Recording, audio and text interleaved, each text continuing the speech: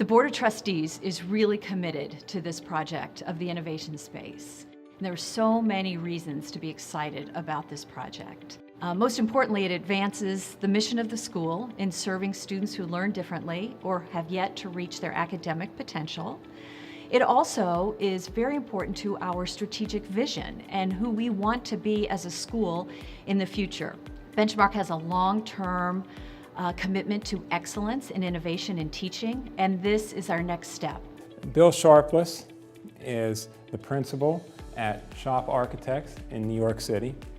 Bill formed the company with his brother Chris, and Bill and Chris are both alums of Benchmark School, and some of the projects they've done have been phenomenal. The Botswana Innovation Hub, which I imagine Bill may say a word or two about, and you may be most familiar with the Barclays Center Arena in Brooklyn. So those are just a sample of some of the exciting projects. Very recently, when we were working towards a deadline on something and we were talking to Bill about whether we could get a few pieces of materials, found out that one of the competing projects he was working on is they were finalists for the Obama Library. Please join me in welcoming Bill Sharples. Thanks, Rob. Benchmark taught us how to learn. Rather than focus on our work here, we're going to focus on why this is important. And I'm going to kind of reference Chris and my personal experience in terms of how we got from, start of shop to kind of like how that process could play out for, the kids at Benchmark. And the whole idea here is it's all about communication, and communication in terms of how you problem solve. And the key is getting everyone on the same page. Designing braces, prosthetics, to even fabrics, shoes. These are things that these kids are capable of doing. Now, sometimes they're just going to make iPhone covers at one point, or they're going to make a contraption or game parts, but the point is they're thinking with their minds, utilizing the computer, bringing it out, printing it, and then testing it back and forth. We're also looking at CNC from the standpoint of laser cutting and potentially at the end of the day, 3-axis. These are all obviously elements that are relevant in terms of design and process thinking. In the lower program, which we'll show in this project, which was on the lower level, we look at what the early learning part, Lego robotics, problem solving, working in groups, and learning how to work with tools and making. So it hits every age group in the school, but what's really interesting is when this age group mixes with the older kids. Which brings us to the Benchmark Makerspace. So everything in this space is the same equipment we have in our office, except maybe some of our printers are a little bigger. Maybe our laser cutters are a little bigger.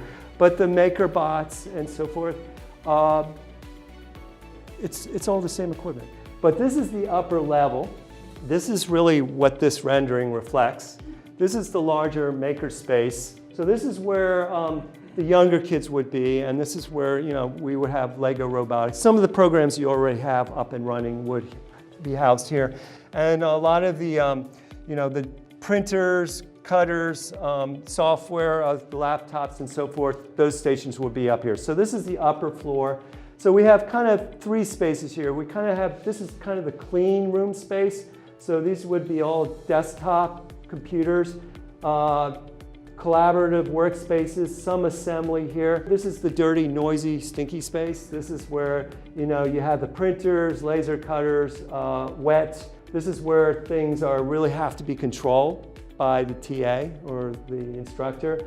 And then this is where kind of things are assembled and prototyped. And then depending on what it is, whether it's a drone or it's whatever, that occurs in this space.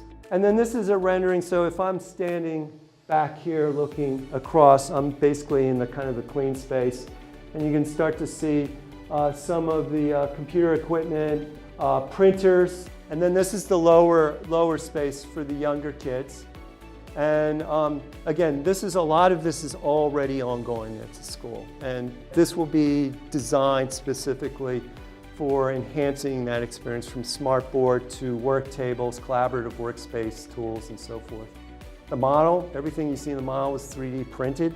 It doesn't preclude the kids from designing buildings. The idea is that the kids can go in this space and be somewhat inspired by some of the forms and materials that are being constructed in such a way that maybe initially you don't know how they were made, but by the time they're finished in this space, they're going to start to understand, hey, I get it, I can do that. Chris and I are fully committed to seeing this project through with you and Dr. Gaskin and Rob. We think of all the places that had the most impact on our lives, Benchmark was definitely a turning point for us. So for us, it's a pretty easy give back.